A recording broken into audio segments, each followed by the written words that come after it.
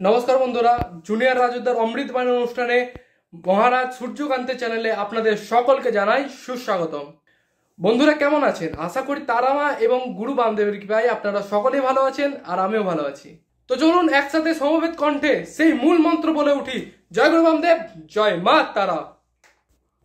বন্ধুরা, সামনে আছে হোলি।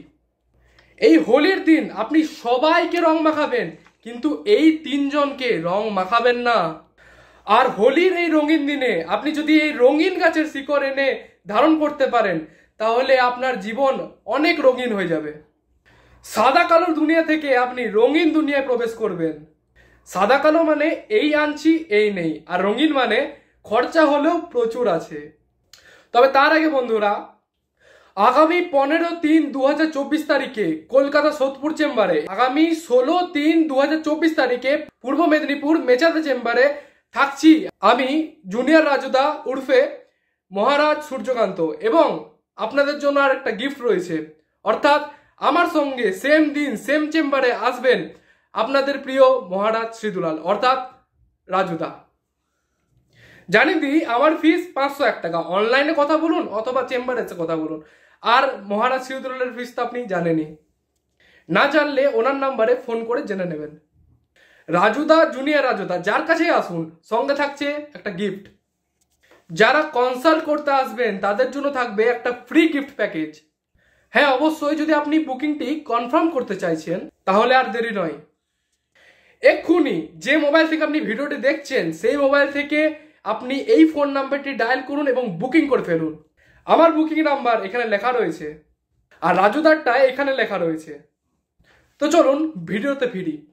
হোলির দিন, এই রঙিন দিন, আপনি এই তিনজন মানুষকে রং মাখাবেন না, আমি হাত জোর করে বলছি। এর মাধ্যমে শুধু আপনি নিজের বিপদ রাখবেন না, সেই ব্যক্তিরও বিপদ রাখবেন। সর্বপ্রথম হচ্ছে, হিজড়াদের কোনোদিন রং মাখাবেন না, কারণ তাদের একটা আলাদা জগৎ আছে, তাদেরকে তাদের জগতেই শান্তিতে থাকতে দেন।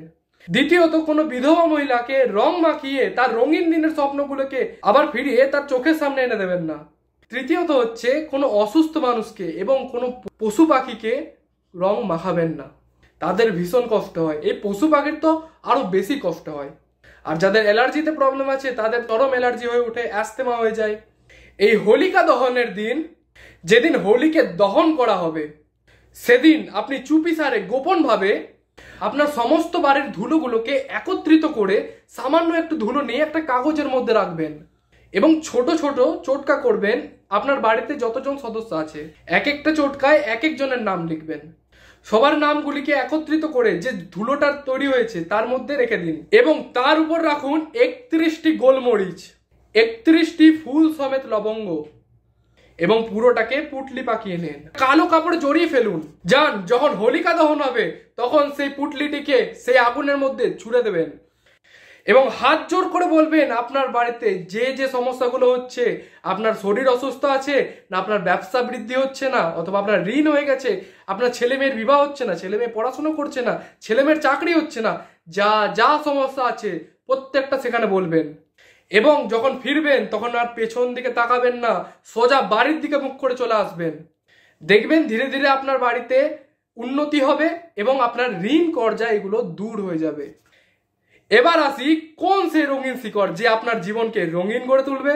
তবে তার আগে আবার বলি, আগামী 15/3/2024 আমি থাকছি কলকাতা সোদপুর চেম্বারে এবং আমি 16/3/2024 তারিখে থাকবো পূর্ব মেদিনীপুর মেচাদা চেম্বারে। আমার সঙ্গে থাকছেন মহারাজ শ্রীদুলাল, একসাথে একই চেম্বারে একই সময়ে।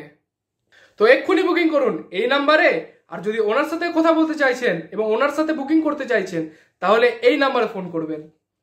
সেই রঙিন গাছটা অনেকে ধরে ফেলেছেন, কিন্তু তাও একবার বলে দিই, সেই রঙিন গাছটা হচ্ছে পলাশ গাছ এবং সেই গাছের শিকড় আপনাকে আনতে হবে। যদি পূর্ব দিকের শিকড় আনতে পারেন তাহলে আপনার যশ, মান, খ্যাতি, প্রতিপত্তি সব বৃদ্ধি পাবে। উত্তর দিকের শিকড় আনলে আচমকা ধন প্রাপ্তি হবে। পশ্চিম দিকের শিকড় ধারণ করলে ঋণ কর্জা মুক্ত হবে। তাছাড়া যদি দুর্ঘটনার যোগ থাকে সেখান থেকেও পরিত্রাণ পাবেন। দক্ষিণ দিকের শিকড় তুলে ধারণ করলে আপনাকে জমে ছুবে না, শত্রু নাশ হবে। শত্রু বুঝে যাবে কত ধানে কত চাল। দোল পূর্ণিমার আগের দিন আপনি এই গাছটার কাছে যাবেন এবং সেই গাছটার কাছে একবার দাঁড়িয়ে পূর্ব দিকে মুখ করে সেই গাছটিকে ঘুরতে ঘুরতে বলবেন, হে বৃক্ষরাজ, আমি আগামীকাল আমার এই এই কাজের জন্য আপনার কাজগুলি বলবেন, এই এই দিকের শিকড় তুলতে আসবো। আপনার প্রয়োজন হিসাবে শিকড়গুলোর নাম বলবেন, অর্থাৎ কোন দিশার শিকড় নিচ্ছেন সেটি বলবেন। দ্বিতীয় দিন দোল পূর্ণিমার সময় স্নান করে রঙিন বস্ত্র পরে এই গাছটির কাছে গিয়ে 3টে হাততালি দেবেন। বলবেন, যেসব দেবতা অপদেবতা প্রেত বেতাল ভূত কুষ্মাণ্ড ব্রহ্মদৈত্যী যে এই গাছে বিরাজ করছেন একটু সরে দাঁড়ান, আমি একটু শেকড় নেব। অবশ্যই নিজের কাজটি বলবেন। এইবার এক নিঃশ্বাসে ওই গাছের শিকড় যে কোনো দেশা থেকে আপনি তুলবেন।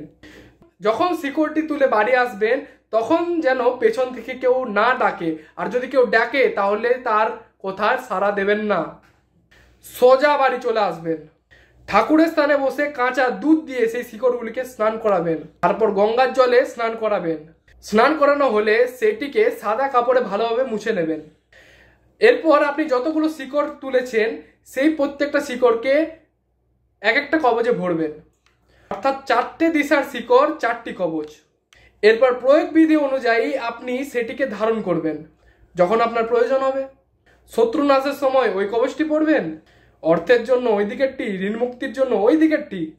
জয় রামদেব, জয় মা তারা। আগামী 15/3/2024 তারিখ কলকাতা সোদপুর চেম্বারে এবং 16/3/2024 তারিখ পূর্ব মেদিনীপুরের মেচেদা চেম্বারে আমি থাকছি এবং থাকছেন আপনাদের প্রিয় মহারাজ শ্রী দুলাল। দেখা হবে, কথা হবে, সমস্যার সমাধান হবে। যে কোনো সমস্যা হোক না কেন আসবেন আপনি চোখের জল নিয়ে, যাবেন আপনি এক মুখ হাসি নিয়ে। ভালো থাকবেন।